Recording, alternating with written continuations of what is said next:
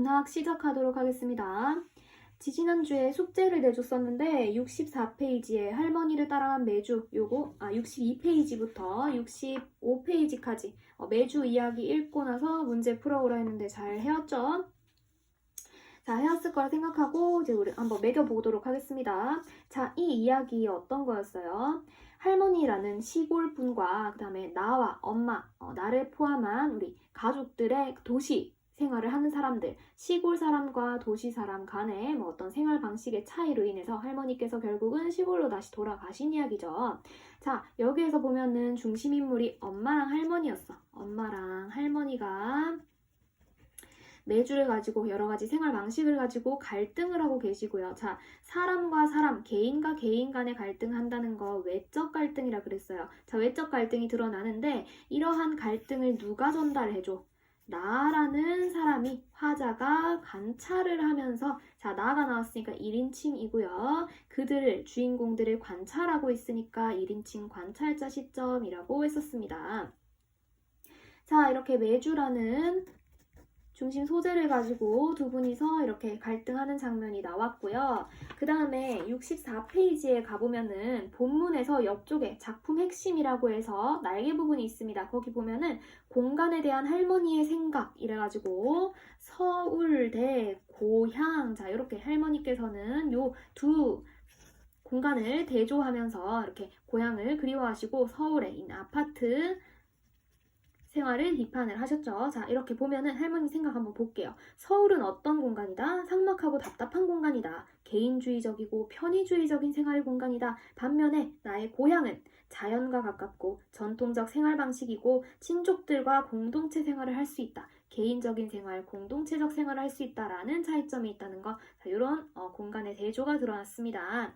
자, 내용은 어려운 게 하나도 없었죠. 자, 문제 여기 답을 적어줄게요. 자, 63페이지에 1번에는 문제 답이 3번이었고요. 2번에는 2번, 3번에는 3번, 4번에는 매주 쓰면 되겠죠? 주관식 매주였고 그 다음에 5번 문제는 4번입니다. 그 다음 뒷장 가서 6번 문제는 5번, 7번은 5번, 8번에 3번, 그 다음에 9번에는 4번이네. 그 다음에 10번에 3번 이렇게 문제 쉬운 문제로 10가지 있었어요. 이거 다 맞았을 거라 생각합니다. 보고 나서 이해 안 되는 거 있으면은 질문방에 사진이랑 같이 올려주면은 쌤이 해설을 해줄게요. 자, 그 다음에 오늘은 어디 가느냐? 66페이지 넘겨보세요. 춘향전 나오죠. 우리 때까지는 현대소설만 했었는데 고전소설 처음으로 등장을 하게 되었습니다. 자, 고전소설에 대해서 잠깐 소개를 하고 넘어갈게요. 자, 위에 빈칸에 한번 필기를 해봅시다. 자, 고전소설의 특징을 쌤이 몇 가지를 정리를 해줄게요. 자, 첫 번째, 고전소설은 주로 어떤 특징이 있느냐 하면은 교훈적이다 라는 특징이 있어요. 자, 교훈, 어떤 교훈을 주냐면은 주로 권선징악의 교훈을 주는데 자, 옛날 이야기 보면 이런 거 잘 나오지. 권선이라는 건 선한 것을 권하고 악한 것을 징벌한다 라는 거예요. 착한 놈은 상 받고 나쁜 놈은 벌 받는다. 옛날 이야기에 이런 거 많잖아. 교훈 주로 이런 교훈이 나온다. 자, 두 번째는요. 인물의 유형 중에서 평면적인 인물이 자주 나옵니다. 자, 평면적 인물 뭐냐? 평면이라 하면 우리 이제 고전소설은 항상 이렇게 생각해. 현대소설보다는 덜 발달했다. 현대소설보다 덜 발달한 옛날 이야기다. 이렇게 생각해보세요. 자, 현대는 입체적 인물이 많아요. 하지만 고전소설에서는 주로 평면적 인물이 등장합니다. 자, 얘는 뭐냐? 왜 평면이다 라고 하냐면은 처음부터 끝까지 그 인물의 성격이 안 변해요. 성격 변화가 없다. 자, 이렇게 볼 수 있습니다. 그러니까 착한 놈은 처음부터 끝까지 착한 놈, 흥부. 나쁜 놈은 처음부터 끝까지 나쁜 놈. 이렇게 나오는 거죠. 자, 놀부 같은 경우는 나중에 뉘우치니까 입체적인 인물이라고 볼 수 있는데 어쨌든 간에 고전소설에서는 대부분 끝까지 자신의 성격을 유지하는 평면적 인물이 많이 나온다. 자, 반대로 요거에 대한 반대 용어는 입체적 인물로서 얘는 착한 놈이 나중에 악하게 타락한다거나 나쁜 놈이 나중에 개가 천선해서 착해진다거나 뭐 그런 인물들인데 그런 것들은 주로 현대소설에 자주 등장을 하죠. 자, 어쨌든 인물은 이렇고요. 또 다른 부분으로 보자면은 전형적인 인물이 많이 드러난다라는 거예요. 자, 전형적이다라는 것은 그 집단을 대표할 만하다라는 뜻이잖아. 그 집단에서 주로 옳다고 여겨지는 그런 전형적인 인물이 많이 등장했다. 어떤 게 있냐면은 효녀, 효자, 열부. 자, 열부라 하면은 춘향이처럼 끝까지 의리 지키는 여자를 얘기해요. 자, 이렇게 효자나 열부, 그 당시에 옳다고 여겨지던 대표적인 인물상이 많이 나타난다라는 거, 그런 특징이 있습니다. 자, 그 다음에 세 번째는 구성으로 봤을 때는 순행적 구성이 많다. 자, 순행적이 뭐냐? 순서대로 간다라는 겁니다. 시간의 흐름대로. 고전소설은 단순하다고 생각하면 돼요. 왔다 갔다 하고 막 과거를 회상하고 이런 것보다는 그냥 누가 태어나서 죽을 때까지 시간 순서대로 월요일부터 일요일까지 순서대로 구성된다라는 건데, 자, 요거 반대말은 뭐겠어요? 그러면 역행적 구성 혹은 역순행적 구성이라고도 합니다. 자, 역행적 구성은 어떤 거지? 지금은 현재였다가 옛날 일을 회상하는 겁니다. 그래서 그때는 3년 전이었다 하면서 3년 전의 일을 회상할 때 시간을 왔다 갔다 거리죠. 역행을 한다. 역행적 구성이라는 건데 옛날에는 그런 거 거의 없었다라는 겁니다. 자, 그 다음에 네 번째. 우연성이 많이 등장한다. 자, 우연히 만나는 게 너무 많아. 어머니가 편찮으셔서 효자가 길을 가면서 훌쩍훌쩍 울고 있었는데 우연히 지나가던 도사가 그를 발견하고 그에게 어머니의 약을 주었다. 라든지 아주 머나먼 중국 땅에서 부부가 헤어졌는데 서로를 그리워하면서 밤에 산책을 하다 보니까 어디선가 피리 소리가 났다. 근데 이 피리 소리 옛날에 우리가 같이 불던 그 소리야. 찾아보니까 내 부인이로구나. 넓고 넓은 그 중국 땅에서 찾기가 쉽겠어요? 자, 이런 우연성이 많이 등장했다.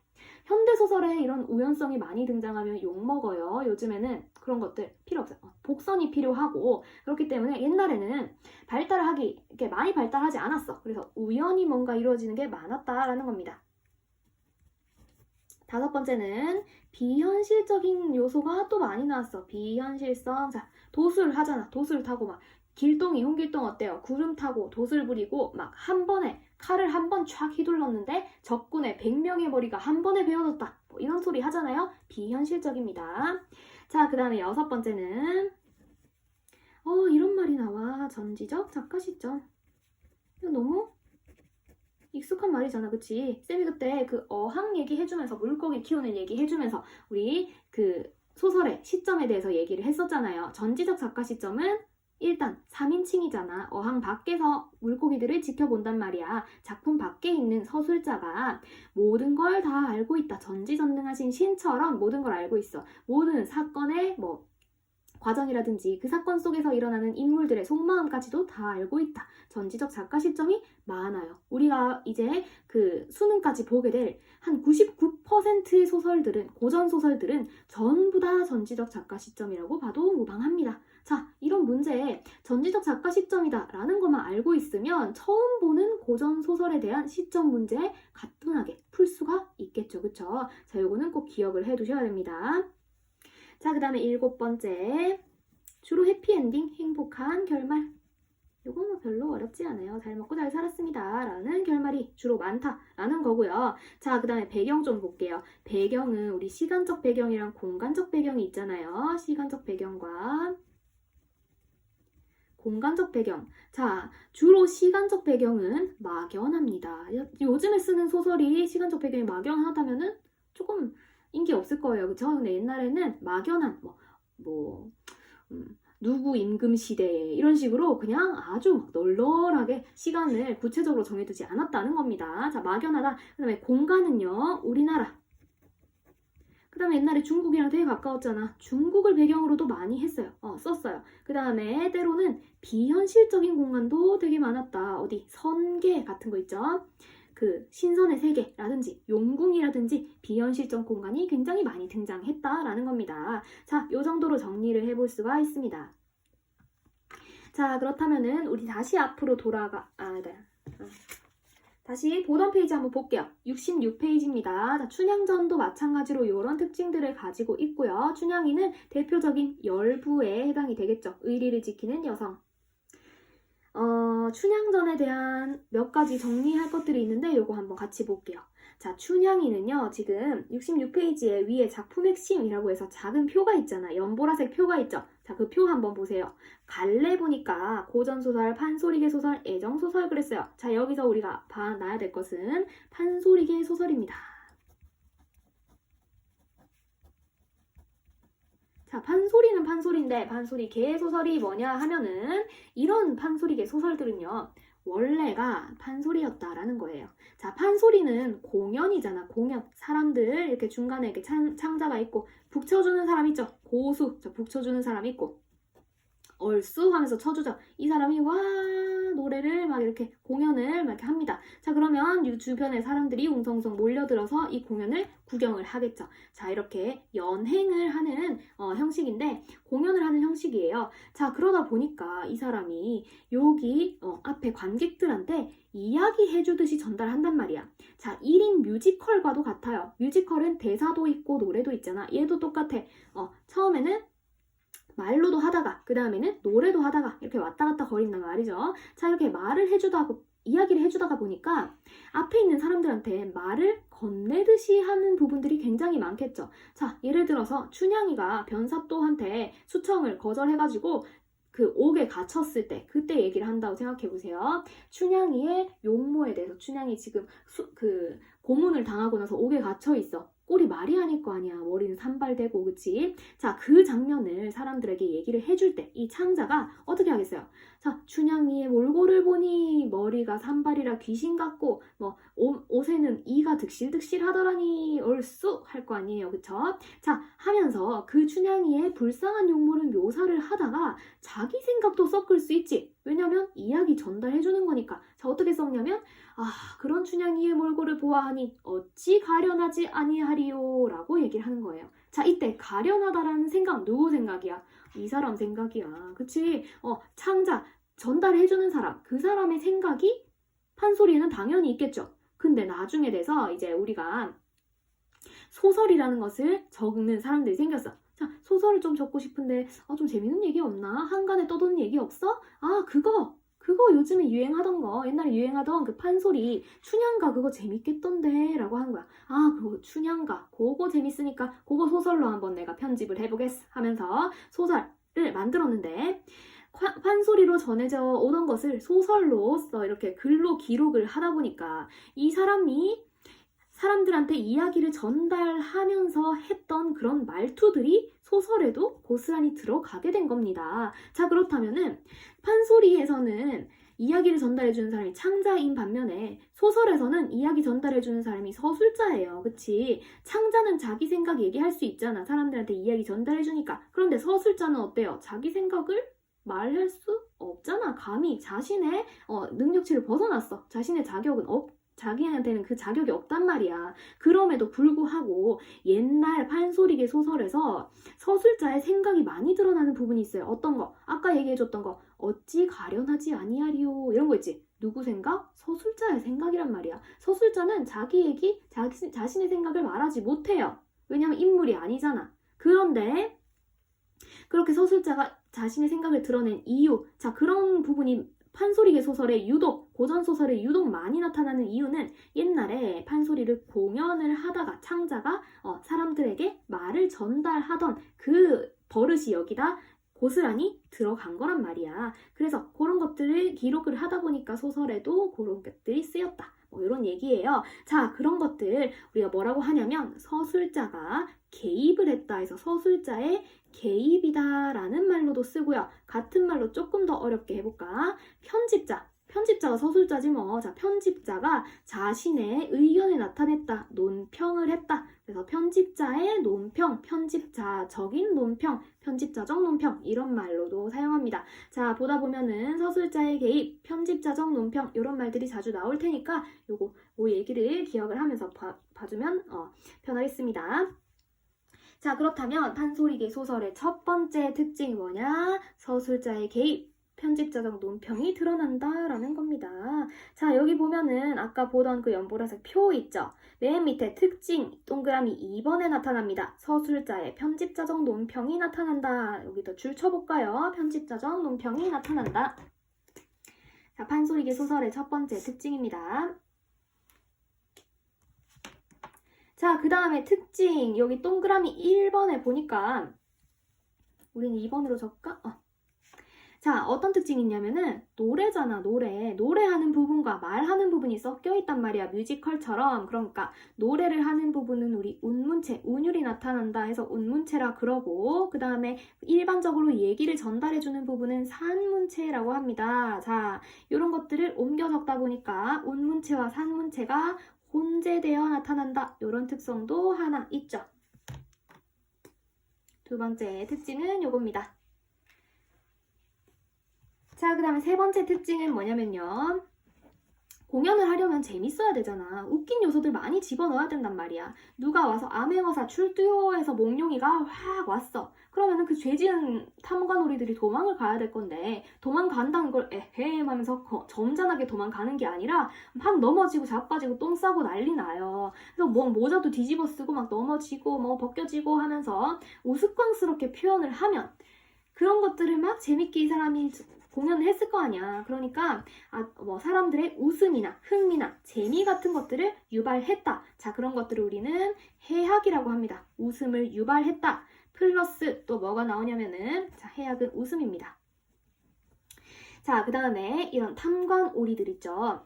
우리 지금 이런 중간에서 이제 공연을 하는 사람들은 주변에 보는 그 관객들의 요구를 잘 좀 받아들여야 될 거란 말이죠. 니즈를 파악을 해야 된다는 거야. 자, 이 사람들 지금 뭘 원하냐면 서민들이잖아. 서민들이 탐관오리들한테 당하는 거 있지. 자, 그런 경우가 많기 때문에 그 탐관오리들을 한번 신랄하게 시원하게 까주면 이 서민들이 되게 좋아하겠지. 탐관오리들을 실제로는 무섭지만 꼼짝 못하지만 여기 판소리나 소설에서나마 좀 까주고 우스꽝스럽게 표현하면 똥 싸는 식으로 표현을 하면 되게 재밌잖아. 그래서 자, 우스꽝스럽게 다른 사람을 비판한다라는 거를 우리는 풍자라고 합니다. 그래서 우스꽝스럽게 비판도 함께 했다. 자, 이런 게 판소리 소설의 특징이다라는 겁니다. 해학과 풍자가 드러난다. 자, 첫 번째는 서술자의 개입이 드러난다. 두 번째는 운문체와 산문체가 혼재했다. 세 번째는 해학과 풍자가 드러난다라는 겁니다.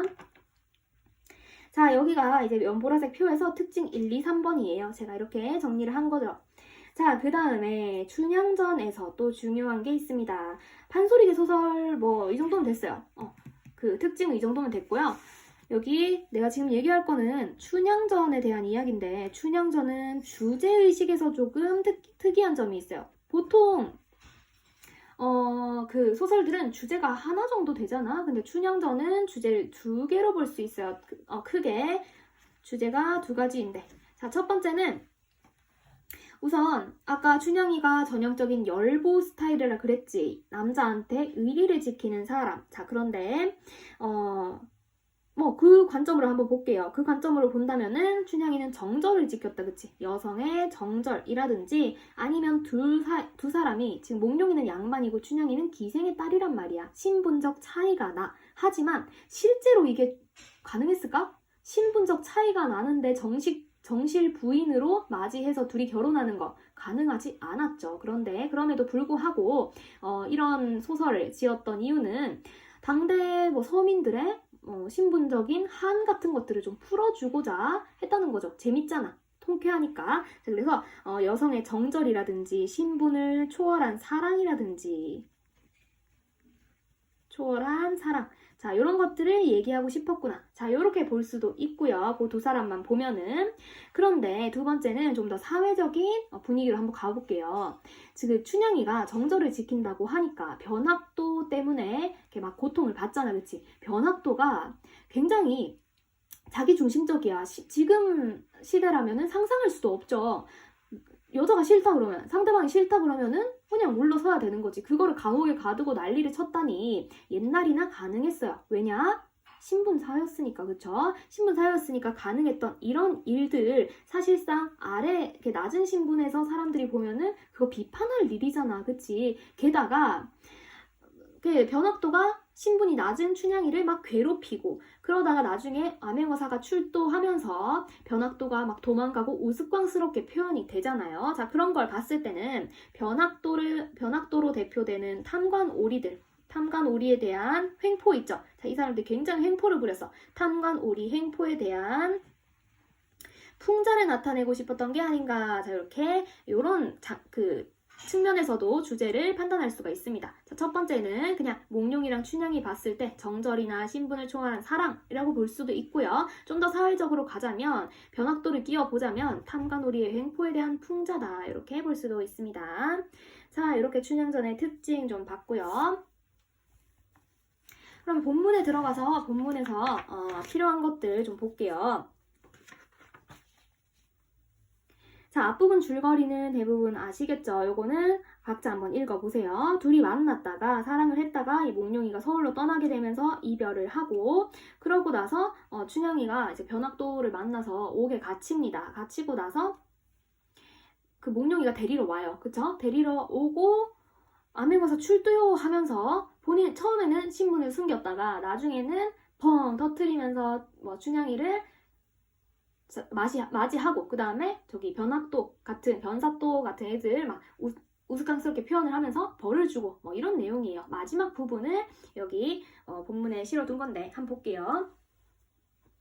가을을 보면 이때 어사또 하직하고 간 연후에 운봉이 공형을 불러 분부한다. 자, 그래서 이게 뭐냐면은 지금 어사또라는 게 암행어사잖아. 어사또는 지금 몽룡이가 처음에 암행어사라는 직함을 따고 나서 전라도로 다시 내려오죠. 남원으로 내려와요. 자, 그때 그 변사또 있지. 변사또는 뭐 하고 있었냐면은 생일 파티 중이었어. 자, 근데 몽룡이가 그 직고를 하고 내려간 거야. 이 생파에. 그러니까 안 반겨주지. 암행어사인지 모르는 거야. 숨기고 있었어. 일부러. 나중에 놀래켜서 한 번에 딱 잡아들이려고 숨기고 생파에 갔는데 안 좋아하고 있었어. 자, 근데 이 생파에 또 누가 있었냐면은 운봉이란 사람이 있었네. 변사또 친구야. 자, 운봉이란 놈이 다른 사람은 다 눈치 못 챘는데 몽룡이 보니까 뭔가 좀 이상해. 자, 뭔가 좀 숨기고 있는 것 같아. 딱 보니까 눈치를 챈 거야. 암행어사네. 안 되겠다. 나 먼저 도망가자. 조용히 도망가자. 라는 장면부터 시작하는 거예요. 자, 이때 어사또 하직하고 간 연후에 운봉이 공형을 불러 분부했다. 자, 운봉이가 누구한테 분부를 했어. 야야, 일났다 라는 거지. 눈치를 챘어. 자, 그 다음에 우리 기역 해가지고 공방 불러 자리단속, 병방 불러 연마단속, 관청색 불러 다과상 단속, 옥사정 불러 죄인 단속, 집사 불러 형벌기구 단속, 형방 불러 서류 단속, 사령 불러 숙직 단속. 많다, 그치? 자, 기역 이렇게 두 줄 뭐 하고 뭐 단속, 뭐 불러서 뭐 단속 있죠? 이렇게 통째로 한번 가로쳐 볼까요? 자, 기역 보니까 내가 지금 어떻게 읽었어? 리듬감 있게 읽었지? 자, 첫 번째 보니까 운문체가 드러나는구나. 리듬감이 느껴져. 왜 느껴져? 판소리게 소설이었으니까 당연히 리듬감이 느껴집니다. 자, 그 다음 두 번째는 뭐하고 계속 나열을 했어. 이거 열거법이라 그러죠. 자, 열거법을 사용한 데다가 보세요. 공방불러 자리단속, 병방불러 역마단속, 뭐하고 주거니 받거니 하면서 리듬감을 나타내는 거 있죠. 비슷한 문장 구조를 2번 이상 반복해서 리듬감 나타내는 거 우리는 대꾸법이라고 합니다. 대구법 아니에요. 대꾸법 이렇게 읽어야 됩니다. 자, 대꾸법이 사용됐네. 아, 그렇구나. 자, 그 다음 세 번째 보니까 원래는 뭐뭐해서 단속한다, 단속했다 이렇게 어미가 들어가줘야 되는데 어미 다 빼버렸어. 단속 뒤에 어미를 다 빼버리니까 어떤 느낌이 들어요? 되게 촉박하지, 그치? 다급하지. 자, 어미를 생략해서 다급함을 강조했다라고도 볼 수 있어요. 이런 특징들이 있습니다. 기억은 이렇게 세 가지를 정리를 해두시고요. 자, 뭘 단속하면서 지가 평소에 찔리는 게 많았던 거야. 막 찔려가지고 이것저것 암행어사한테 들키기 전에 단속을 하는 거죠. 한참 이렇게 요란할 때 눈치 없는 본관사또 누구예요? 변사또예요. 자, 이렇게 지금 가끔씩 변사또라고 나올 때도 있고 사또라 나올 때도 있고 본관사또라 나올 때도 있고 고전소설에서는 이름이 여러 가지야. 잘 표시하면서 보세요. 똑같이 어사또라 나올 때도 있고 몽룡이라 나올 때도 있으니까 똑같은 인물이란 걸 잘 표시하면서 봐야 됩니다. 자, 이런 본관사또가 운봉을 향해서 말을 던진다. 자, 변사또 아직 눈치 못 챘어. 여보 운봉 어딜 그리 바삐 다니시오 하니까 뭐랬어? 운봉이가 소피 보고 들어오 호호호 했어요. 자, 소피, 소변이야 소변. 오줌 누고 들어왔어요. 자, 굳이 말 안 해도 되는 이런 배설물 얘기를 하면서 이 사람들을 지금 우스꽝스럽게 표현하고 있죠. 자, 소피 보고 들어오 괄호 쳐놓고 얘를 뭐라 적냐면 해학적인 표현이다. 이렇게 표현할 수 있습니다.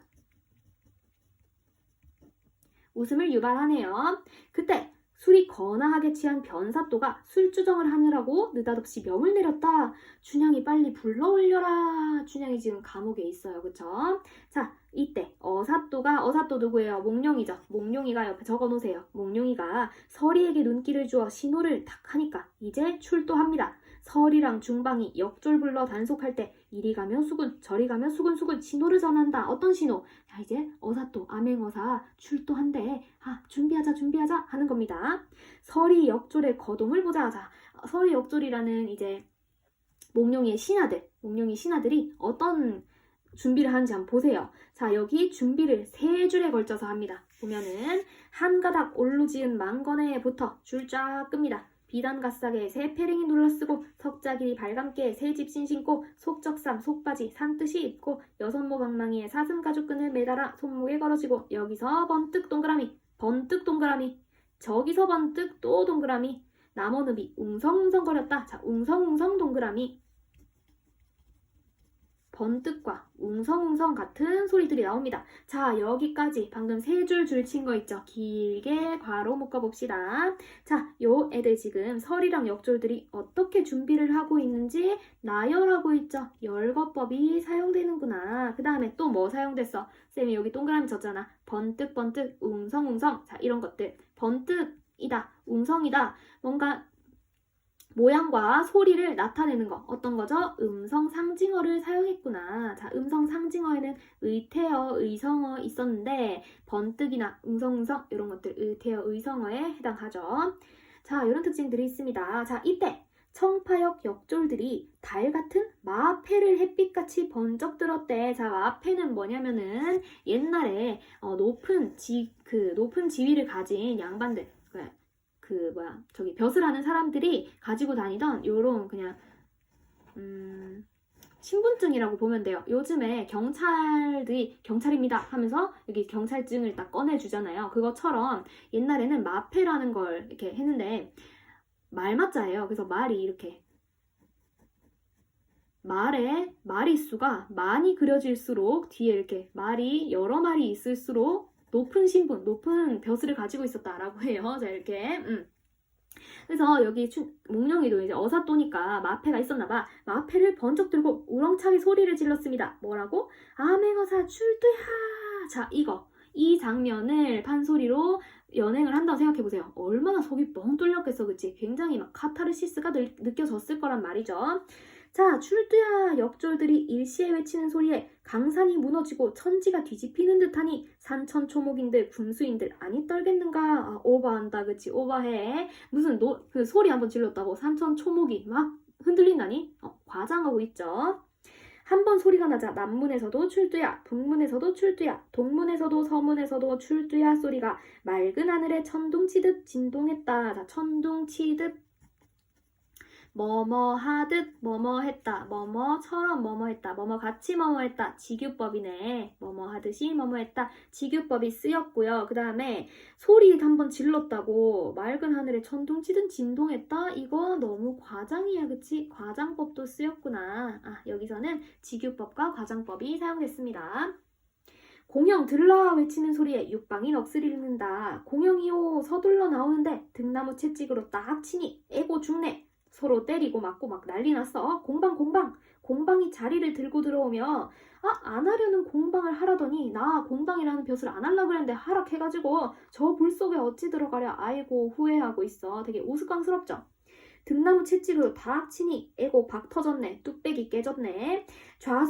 좌수와 별감은 넋을 잃고 다들 이제 정신이 없어요. 이방 호장은 혼을 잃고, 왜냐면 지금 생파 중이었잖아, 그치? 생파 중에 갑자기 막 나타나서 정신이 없어.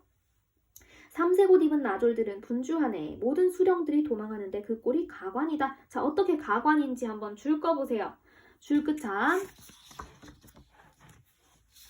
도장 괴 잃고 유밀과 들고 병부 잃고 송편 들고 탄건 잃고 용수 쓰고 갓 잃고 밥상 쓰고 칼집 쥐고 오줌 누기 부서지니 검은 고요 깨지나니 북장고라. 쭉 계속 치세요. 본관사또 똥을 싸고 멍석구멍에 생쥐 눈뜨듯 하면서 관아 깊숙한 안채로 들어가면 그 피 내뱉는 말이. 자, 오른쪽 페이지 67쪽에 쭉 가세요. 추워라 문 들어온다 바람 닫아라 물 마르다 목 들여라. 뭐라고 하는 거야 지금 이 사람. 자, 지금 여기까지 굉장히 긴 부분이 웃음을 유발한다는 거 알 수 있죠. 다시 여기로 돌아가세요. 66쪽 아래쪽에 지금 도장괴 잃고 유밀과 들고 쓸데없는 거 들고 필요한 거 버렸다는 뜻이야. 그리고 막 칼집을 쥐고 갑자기 오줌을 누지를 않나. 북장구가 다 깨지질 않나. 재미있게 표현을 하고 있어요. 자, 이 부분 다 해학적인 표현 부분들이다. 적어두고요. 자, 그 피 내뱉는 말이 뭐라고 하냐면 67쪽으로 가니까 추워라 문 들어온다 바람 닫아라 바람 들어온다 문 닫아라 이래야 맞는 거지. 문장 순서를 바꿨죠. 물 마르다 목 들어라 목 마르다 물 들여라 이렇게 말해야지 순서가 맞죠. 이렇게 도치를 시켰어요. 도치라는 것은 문장의 순서를 바꾼다는 겁니다. 자, 도치를 사용해서 도치에 의한 언어 유희를 썼네. 언어를 사용해서 놀이하는 것. 언어 유희를 썼는데 어떤 언어 유희? 도치법을 사용해서 재밌게 언어를 나타냈다라는 겁니다. 자, 관청색은 상을 읽고 문짝을 이고 내다르니 웃기지. 설이 역졸 달려들어 후다닥 딱 친다. 막 도망가는 그런 벼슬아치들을 여기 몽룡인의 파가 막 딱딱 다 때린다는 거야. 에고 나 죽네 하고 우스꽝스럽게 표현합니다. 뒷장 가세요.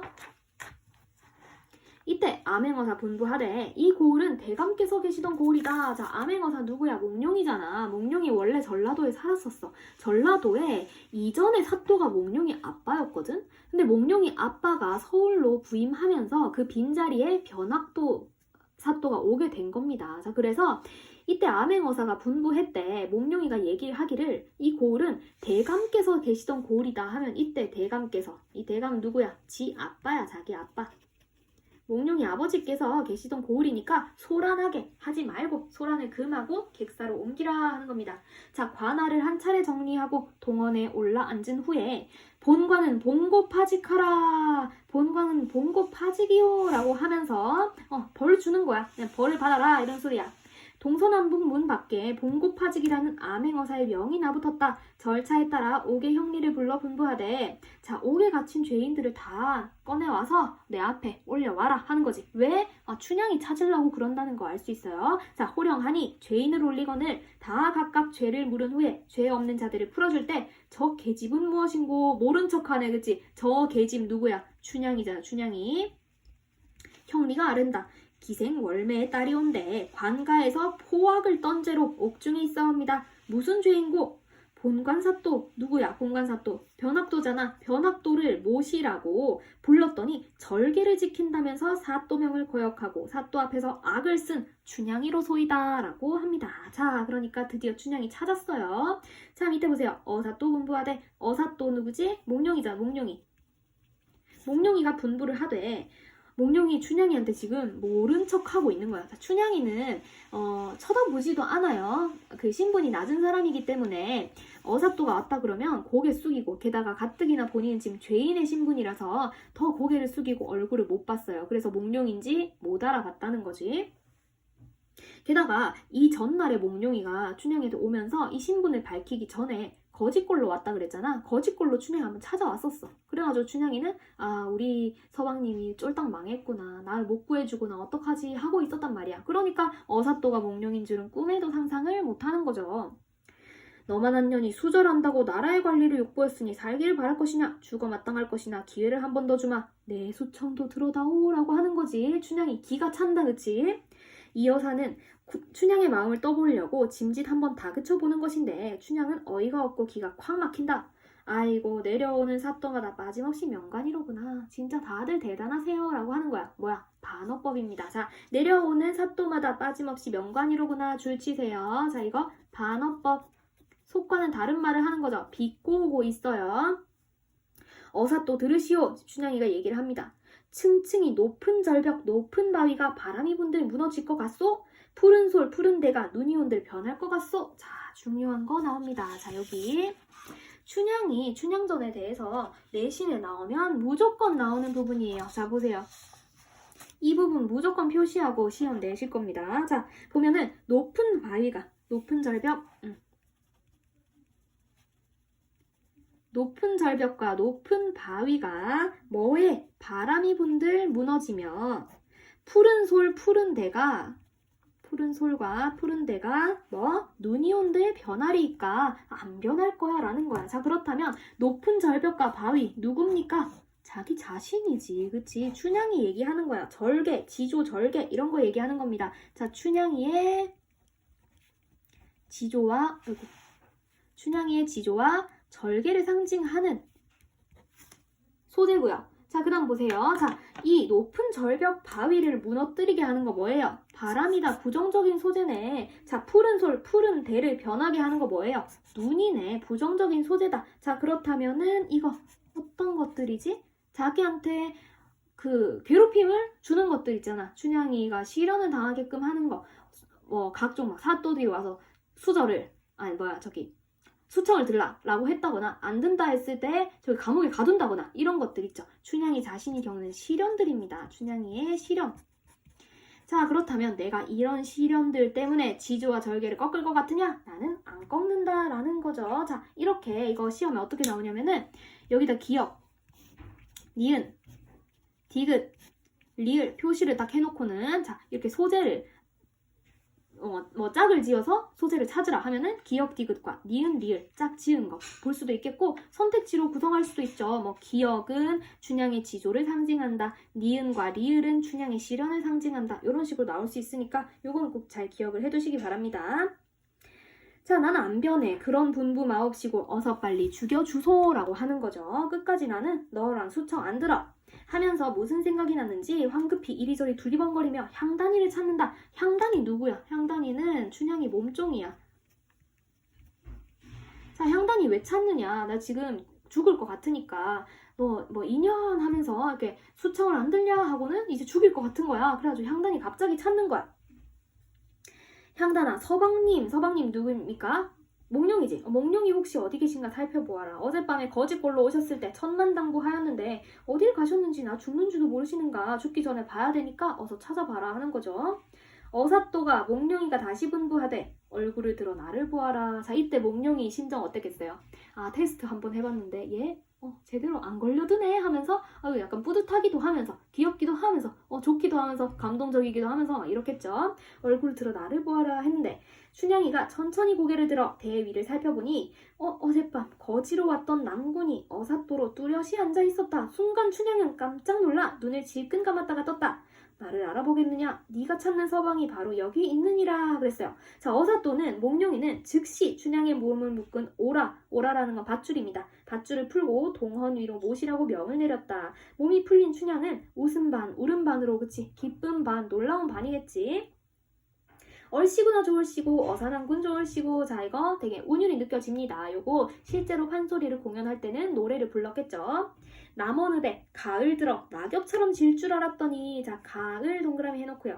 자, 나는 남원읍에 본인이 사는 그 도시에 가을이 돼가지고 내가 낙엽처럼 져버리는 존재일 줄 알았더니 객사에 봄이 들어서 봄도 동그라미 하세요. 봄이 들어서 이화춘풍이 나를 살리네. 꿈이냐 생시냐 꿈이 깰까 염려로다 어이구 좋아라 하고 둘이 해피엔딩으로 끝나는 장면입니다. 자, 가을은 지금 춘향이한테 부정적인 대상인 거 알 수 있겠죠. 봄은 어때요? 자신을 구하러 온 자신의 정절에 화답을 한 그 몽룡이를 뜻하고요. 자, 그러니까 가을은 마이너스, 봄은 플러스 요 정도로만 표시를 좀 해둡시다.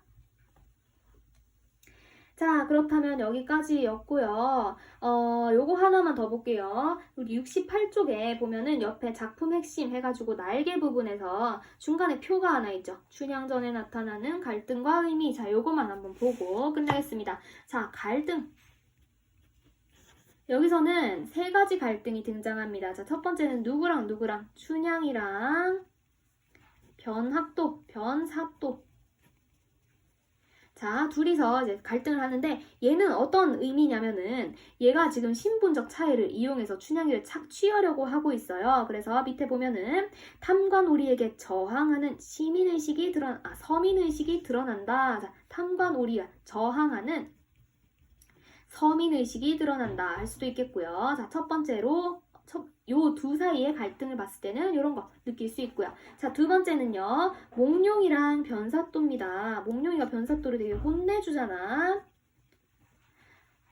응징합니다. 나쁜 탐관오리를 응징한다는 것에서 아까 우리 고전소설의 특징 중에서 교훈적이다. 어떤 교훈? 권선징악의 교훈을 주로 준다 했잖아요. 여기서 보세요. 나쁜 놈 지금 벌 받았지. 변사또. 권선징악으로 응징한다라는 거고요.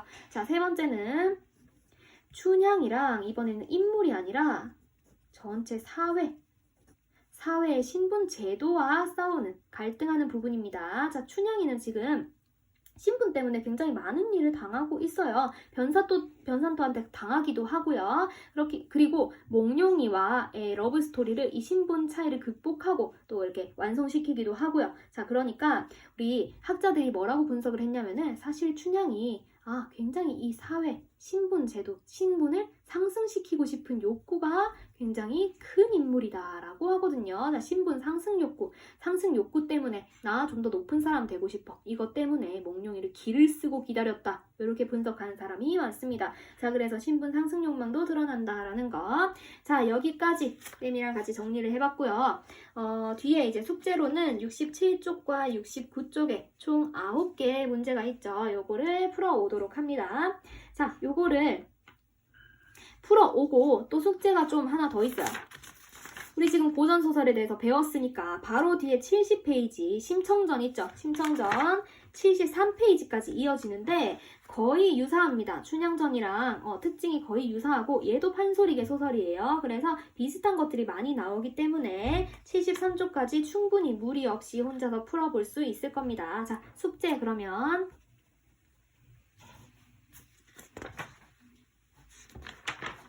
66페이지부터 73페이지까지 문제 쭉 풀면 되겠네요. 자, 66부터 73까지 안 많아요. 많은 것 같아도 안 많아요. 고작 문제 17개밖에 안 되니까 이거 꼭 풀어오시기 바랍니다. 자, 그리고 이거는 따로 한 번에 모아서 숙제는 문자로도 공지를 하겠습니다.